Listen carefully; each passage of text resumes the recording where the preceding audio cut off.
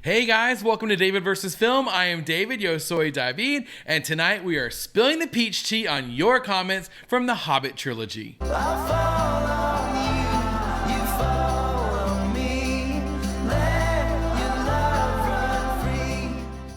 So a big hey, hi, and hello to all of you, but to you returning viewers and especially returning subscribers, what's up? Now, I'm not going to lie, guys. It's been a good minute since we've done a Spilling the Peach Tea. I think the last one was probably for Harry Potter, but we are going to remedy that tonight with the Hobbit trilogy. For those of you who may not know, Spilling the Peach Tea is basically just a segment that I created during the Lord of the Rings days so that we could kind of have a deeper dive on your comments and your thoughts for each of the movies. Now, sometimes I'll do one for each film. Sometimes, like tonight, it's just kind of a collective for all three. Let me know what you guys like the best because I'm down for doing whatever. We can do one for every single movie if you guys want to.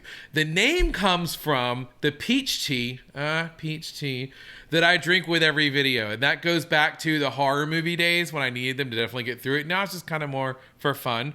And it's also a take on the expression spilling the tea, which is just basically saying to gossip or to talk about something. So it's just a time for you and I to have a conversation about these movies so that you can hear my thoughts on your thoughts and we can all just get to a better place together with these movies that we all love so much. So tonight, we are going to hit them all. We're going to hit Unexpected Journey, Desolation of Smaug, Battle of the Five Armies. I've picked 5 or 6 per film, so I think it's like 17 total. Some of them are questions about the movie itself. Some of them are questions about the channel. Some of them are about basically several comments that have rolled into like one that's kind of representative of the mini. So you'll see as we get going. I'll let you know as we jump from movie to movie, but we can just dive right on in with Unexpected Journey. I will tell you before we get to the actual comments, I was ready, okay? And I was ready because of you guys. I was prepared for the worst, okay? I knew this was very controversial. I knew it was a very mixed response, especially from the Lord of the Rings fans, and I completely get it. I'm a fan of things, and I can imagine if you have to wait a long time. The expectation game is high, my friends. I understand how that works, but I will say, as someone who watched these movies pretty close together and didn't have to wait, I enjoyed them, but of course my threshold was really low compared to you guys. So that's not really a big surprise, but yeah, they were a lot of fun. Did I think they were as good as Lord of the Rings? No, I did not. But did I think they were complete garbage? I also did not. So I really enjoyed them. I thought that the actors were of course amazing. I can't think of one actor who did a bad job at all. In fact, when I've read comments from you guys, and there have been several because you left some amazing stuff on here, I don't really think I read any that criticized an actor's performance. It was more about the approach, some of the directorial decisions, things like that. Understandably so too, and we're gonna get into all of it, but basically we can just start right off the bat with Morthane. I first came across Morthane because I noticed that he was leaving really great comments on my videos, and he was also engaging with others. Now I would just say a quick note, and I promise we're gonna jump right in.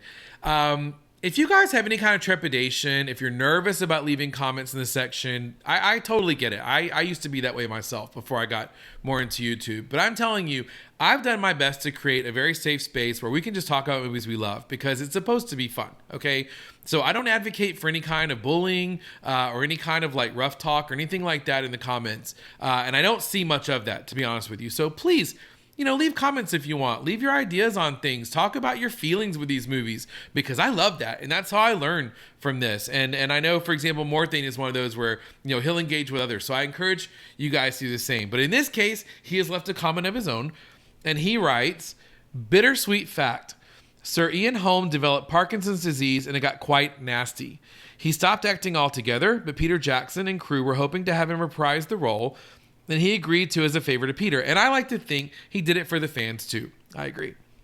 He couldn't fly to New Zealand, so they set up a private studio in London with a small crew and all the time in the world. There he gave his final performance. I believe this is his last acting job, though I stand corrected if not. And one that can, and I think should, be appreciated by all. I think he was flawless. R.I.P. Sir Ian Holm. Yes, and I have to admit, I don't think I even came across Ian Holm before I watched Alien, where I saw a younger Ian Holm in that. And I loved his acting style, his mannerisms, his way of speaking. And of course, by the time I saw him now in Lord of the Rings, and then also his brief cameos that he had in both Unexpected Journey and Battle of the Five Armies. It was amazing. He did such a great job.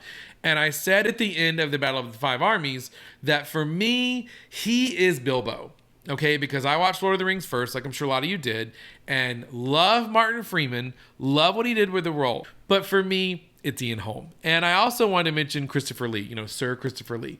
He also, I gather, passed away not too long after the Hobbit trilogy. And his role in that was so great as well, playing Saruman with the share hair. You guys know how much I loved him in that. I know he was like a villain, but we love the villains too sometimes, and he's definitely one of those. So I echo Morthane's comments about Ian Holm and think that his contribution to all 6 films, well, I guess technically 5, but you know what I mean, was nothing short of amazing. Next up, we have Evelynziegler. Evelynziegler, a great friend of the channel. Hi, David. I'm glad you're watching this. Me too. I know many have told you not to watch the Hobbit movies, but I strongly believe that you should, because your job as a movie reactor is that you should decide for yourself if you want to watch a movie or not. There were many movies that people like that I don't, and many movies that I like that others don't. The point is, the choice to decide for yourself should be yours to make and yours alone. Looking forward to seeing more dad jokes from you. Okay, couldn't stop the dad jokes if I wanted to, Evelyn. You know that. I mean, it's a spigot I can't turn off. But when it comes to choosing movies, yeah, I appreciate you saying that. I would say like most people were pretty supportive, but there definitely were some that said don't watch Hobbit. I take my movie cues from you guys, okay? In my non-YouTube watching hours of the day, there are definitely movies that I watch because I want to, TV shows I watch because I want to, but to me, this has always ideally been a collaborative effort. I want it to be things I want to see and things you want to see. Some things I'll decide if it's seasonal. For example, I want to watch Jaws for 4th of July. That's just something I'm just going to watch. No one's really suggested that, but it's something that I want to see that I think is appropriate for the time. But for the most part, yeah, I keep a running list of all the movies you guys tell me. I write them all down unless I just really don't think they're going to be good for the channel. And then we decide together. So I appreciate Evelyn's point, and I certainly appreciate her having my back. But I definitely do like to choose movies, all of us together, so that it's something that we all want to see. So thank you so much, Evelyn. I certainly appreciate the comment. Next up, Gabrielle Auclair. Hey, Gabrielle. Gabrielle writes, the trolls turned into stone were the same ones you see in Lord of the Rings. When Frodo has been wounded by the Morgul blade, and they lie him down, and you see the troll statues just like in Bilbo's story. And Bilbo's sword, by the way, is the same one he gave Frodo for his own journey. Yes, I definitely noticed the sword. And I will say thank you for this. This is a great opportunity for me to tell you guys something that I had a bad habit of doing that you were so patient with me on. And that was alternating between realizing that this is a precursor. I know you guys don't like the term prequel. A precursor to Lord of the Rings, but also completely forgetting and treating it as its own movie. And this is what I mean. There'd be times where Bilbo would be in peril, and I would say, okay, I know he's fine because, he goes on to be in Lord of the Rings. Right. Then there'd be times where I would say, oh my God, I can't believe Balin made it. He made it to the end. And you guys would say, of course he made it to the end. You saw his tomb in Lord of the Rings and heard the story of how he died. So why would you be surprised he's here? Because I wasn't even connecting the dots. So I know that was a horribly annoying trait if it's something that you guys did catch on to, that I would do that, and I certainly apologize. But yeah, thank you for that, Gabrielle, and all of you guys who left comments just like that. I certainly appreciate you pointing out those little Easter eggs that came later in Lord of the Rings that we saw the beginnings of in the Hobbit trilogy. JP, my boy JP. Hey, JP. JP writes, hello, David, my friend. I need to point out that in the Hobbit... Oh, here we go. Okay, the songs. I need to point out in the Hobbit book, and also in all 3 of Lord of the Rings, it's pretty packed with song lyrics. Peter Jackson for sure stretched the narrative by including the songs, but they were part of the source material. In Lord of the Rings, he cut all the songs. Okay, so let me tell you this. If I'm not mistaken, I got more comments on the first part, because Unexpected Journey was the only one I split into 2 parts.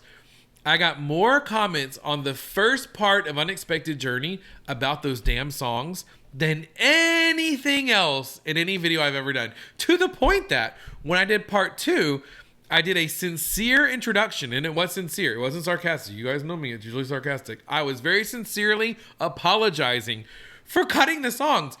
You guys had me so prepared for filler material because you told me how The Hobbit was a relatively short children's book, basically, in its core, that was stretched into a 3-movie event. And so there's a lot of creative license taken, to say the least. And so I was just ready. I was ready for filler material and fluff. So when I saw these songs, I thought to myself, okay, well, yeah, this is here we go. This is what they're talking about. Oh, Lord, was I wrong? And you guys called me out on it. So thank you for that. I'm glad we took more of a moment to watch. The other thing I will say just quickly about the songs, nothing will trigger copyright faster than music. I don't know why. I can record so much of the movie and it won't trigger anything. Sometimes it does, but usually it won't. But a song, oh my God, more than a few seconds and I'm already getting a warning, right? So that's a lot of it too. But I tried to include as much as I could in the intro to part 2. So if you haven't seen that, please go watch, because I did enjoy the songs. And even in the credits, you guys mentioned those a lot of times too. I hear the songs and I love them. So I think that they're really, really great. So thank you, JP. Jake Ramos. Hey, Jake. Jake writes, the riddle scene was definitely made for the book fans. Iconic moment for Bilbo and Gollum. As a book fan, I was very satisfied, but I understand if people think it's lengthy. Love your reaction. Thank you. Can't wait for the next 2 movies. I don't mind whether you go for extended or not. Just excited to watch someone enjoy more Tolkien verse. Thank you so much, Jake. That is a really nice comment. So yeah, that was another one where I ignorantly thought, okay, so people love Gollum. Gollum is from Lord of the Rings, and so they're going to give this long extended scene to Gollum and Bilbo that is probably not as long in the books. Again, I was wrong. Surprise, surprise. I've gone back and watched this since, and I think I was a little harder on it in the beginning than I probably should have been, because I enjoyed it watching it the second time. But yeah, you guys mentioned that, where you said that, this was a crucial part of the book. Many of you loved it, and so you were totally fine with this. Another place I was coming from, to me, when I said it kind of felt long, that was a point in the movie where I started to really have an affection for other characters, Killy, and thought that I kind of wanted to see more of their screen time, Killy. And so even though I love Bilbo, Killy, I just kind of wanted to see a little bit more of other characters, Killy. So all kidding aside, I mean, yeah, as I said earlier, Martin Freeman did an amazing job with Bilbo. Loved him. Totally understand this is his movie. But there would be times where I would want to kind of get back to other characters and see what they were doing. And I noticed in subsequent movies, the other 2, that they kind of did more of that, right? There would actually be times where I'd be like, where's Bilbo? So yeah, but in that scene, I didn't really get it. And so I certainly appreciate you guys' patience and you guys pointing that out. So thank you also to Jake. Next up, we have Trekker34. And this is actually going to be a twofer, okay? Because Sweeper Boy also left a reply to this comment that I thought was pretty good. So I'm going to put these 2 together. But Trekker34 writes, David, hi. There is a long story surrounding how the Hobbit films were even made to begin with. It involves production rights, distribution rights, directors, pre-production delays, etc. Jackson had years in pre-production for the Lord of the Rings films. Originally, Jackson was only going to produce these films, and Guillermo del Toro was going to direct. He moved his family to New Zealand. I think he means Guillermo. Spent a year working on his vision of Middle-earth. Yeah. And the story only ran out of time, and Jackson had to step in and start over almost from scratch. They had only months to do what Lord of the Rings had years to do. I remember Del Toro giving interviews about how this was an earlier time in Middle-earth, and he could not wait to show it all. Just a little background, there's a ton more. By the way, I suggest The Princess Bride to watch soon. Excellent movie, I agree. Great story and cast, also funny and witty as well. Be well, Melon, Elvish for friend. Yeah, so this kind of comes in response to comments I had made about how if anyone other than Peter Jackson had done these films, they probably would have been crucified for some of the decisions that were made. And I had no idea. Many of you told me about Guillermo and how he was originally going to direct these, had already started working on it, all of that good stuff. So I certainly appreciated you guys giving me more context in this regard. I still do feel like if anyone but Peter Jackson had tried to attempt this after that, it would have been a disaster. You know what I mean? In a short amount of time, throwing it together and kind of like Trekker34 said, if it even happened at all, right? But then Sweeperboy went on to say, yes, I agree, and I think this is important to remember. The films were only made in any semblance of time without that preparation because it was Peter Jackson who made them, and he would, to some extent, wing it with regards to his previous experience with Lord of the Rings. Yes, that resulted in a fair few missteps, but I think had anyone else stepped in, the films would have turned into a steaming pile of you-know-what, rather than being half-decent or even good. Even if not to the standard of Lord of the Rings, or more realistically, perhaps they would have never been made at all, at least not for a long time. Totally. And I realized it was already a long time between Return of the King and An Unexpected Journey. So that also kind of shaped and molded my realistic approach when it came to watching these films. And like Jake was mentioning about the extended versus the theatrical, I don't mind watching the extended because I actually like to err on the side of more information. These were, I think, very, very, very mild when it came to like adding extra scenes to make the extended versions. And I don't regret watching those at all. I paid for them, by the way. You guys know how cheap I am, okay? I don't like paying extra after I've already paid for HBO Max. But this was worth it. Vandalism. Hey, Vandal. Vandal writes, yay, David brought the laughs on my miserable Thursday. Happy to do so. The Supercuts clips were killing me. Oh, God. How could you not hate Supercuts? Now you'll need to go back and watch Lord of the Rings and see if you recognize some of the dwarves' names that were mentioned there. Yeah, totally. I have actually already watched Fellowship again, and so I can't wait to watch the other two, Two Towers and Return of the King, to see even more references that I now will understand. I don't hate Supercuts. Just a quick note. I go to Supercuts. I mean, my God. It's like, I just joke around. Now, I do hate Applebee's. That's not kidding around. And Oprah's on the fence. But I really do hate Applebee's. But Supercuts, I just make my jokes. Don't pay it any mind. But I'm glad that you at least enjoyed them, Vandal. So thank you for that. Owen, my brother from another mother in Ireland. Owen writes, yeah, I definitely enjoyed this one. I think it's because I love Smaug. Me too. Oh, by the way, like I said, I would forget. We switched to Desolation of Smaug now, just to keep you up to where we are. Okay, so we're in Desolation of Smaug now. And Owen says, I love Smaug. I'm so excited to see your reaction to the final movie. I enjoyed them all. People hate on them because they aren't Lord of the Rings, but they are their own thing and enjoyable. Also, I think it's September that the show for Lord of the Rings comes out. Great reaction. Love seeing the videos on my timeline or whatever it's called. Ha ha ha. Yeah, I know what you mean. I don't know what it's called either on YouTube. I think I just call it like announcements or whatever. But yeah, timeline is fine, Owen. Yeah, I can't wait for the show. I hope it's good so we can talk about it. And I hope it's a hot mess so we can talk about it. I have seen more comments about that series, not necessarily on my videos, but I mean just in general, right?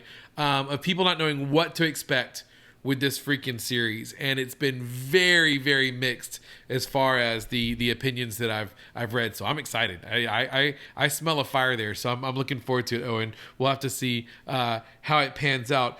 But also I wanted to say that, yeah, speaking of Smaug, Benedict, my Lord, the boy went from being Smaug to, I guess, the Necromancer before that, to then doing like Sauron. So he definitely, most of it voice work, I understand, but still, he did a great job, because to be able to emote like that without a physical presence and knowing that you're just going to be kind of like, added in later through CGI and whatnot, I mean, hats off to him.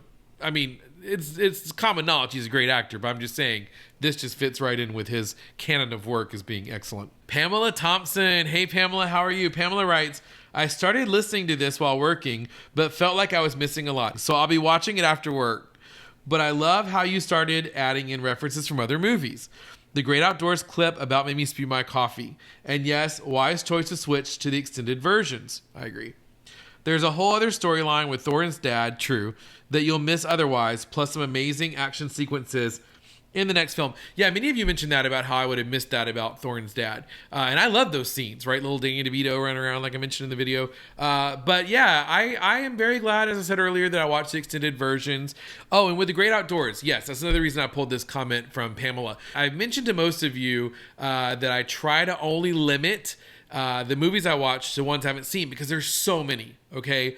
But there are some great ones that I have seen, and most of you have told me that you're okay with commentary. So let me know in the comments for this video how you feel about that. I've seen The Great Outdoors, but I feel like that's such a great film to watch and do a reaction on, you know, because it's just iconic. And especially in the summertime, it's one of those movies that I feel like a lot of people love, and maybe younger people haven't even seen, so, or older people, who knows? So just let me know what you think about that. I still am going to probably do majority movies I haven't seen, because I feel like those organic reactions are better. But movies like Great Outdoors are ones that I'm just like gunning to do. So, you know, let me know your thoughts on that. Brian Storm. Hey, Brian, how's it going? Brian writes, Lee Pace's character is pronounced Thranduil, with the Thran short A and a rolling R being stressed. Okay, let's have a talk for a minute. I'm from Louisiana, and I live in Texas now. So you can only imagine, right, how much I struggle with pronunciations. Middle Earth is not my first, second, or 75th language. So I can tell you that basically I'm going to mess up pronunciations left and right. And you all have been so great with not calling me on it. I love comments like this. I've probably gotten dozens of these where you guys have so respectfully said, hey, it's actually pronounced this way. Probably one of the worst, which will come as no surprise to you, is Galadriel. I know I'm saying it wrong. I'm sorry I just hurt your ears. It's why I say Cate Blanchett, okay? I pretty much have Saruman down. I've got Sauron.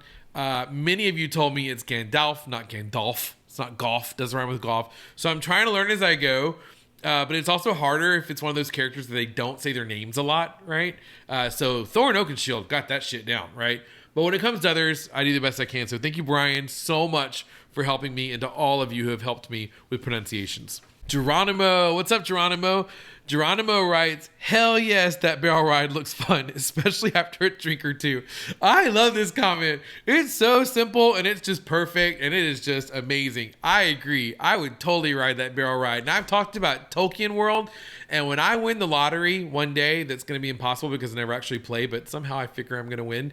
I'm going to build Tolkien World, and I'm going to make a bar there called Geronimo's Bar. And it won't make any sense to Tolkien fans, but it will make sense to you guys who've seen this video, because you know Geronimo left this comment, and I'm going to name that bar after him. And we're going to have a drink on opening day, and we're going to see you there, and we're going to ride that barrel ride drunk, and we're all going to do it. If you don't drink, totally fine. We'll have some sparkling water for you, but we're all going to ride the barrel ride because it is going to be so much fun. I have so many ideas of things we could do for Tolkien World based on these movies, and this is just for Hobbit.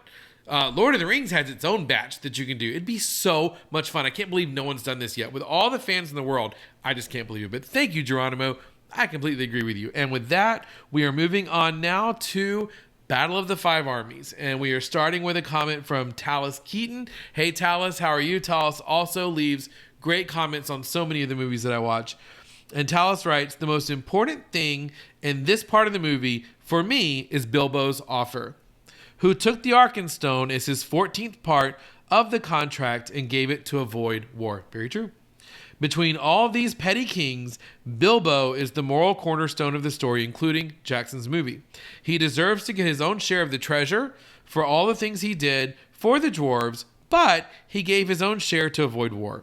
He seems to be immune to the dragon sickness as well. In all the story of kings and warriors, he is the only person who expresses true honor. Yeah, so thank you, Talus. I appreciate that comment. Bilbo, as I said in the video, is so clever, right?